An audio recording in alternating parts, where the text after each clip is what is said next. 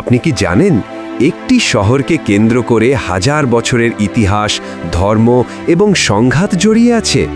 সেই শহরের নাম জেরুজালেম।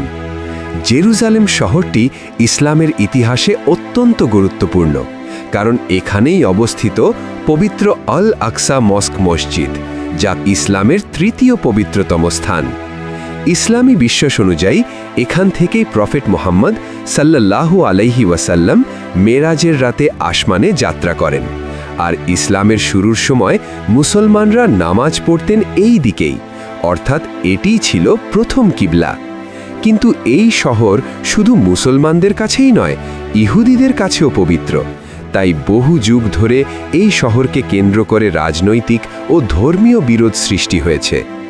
ইসলামী ইতিহাসে মুসলমানরা সব ধর্মের মানুষের জন্য জেরুজালেমকে শান্তির শহর হিসেবে রাখতে চেয়েছে।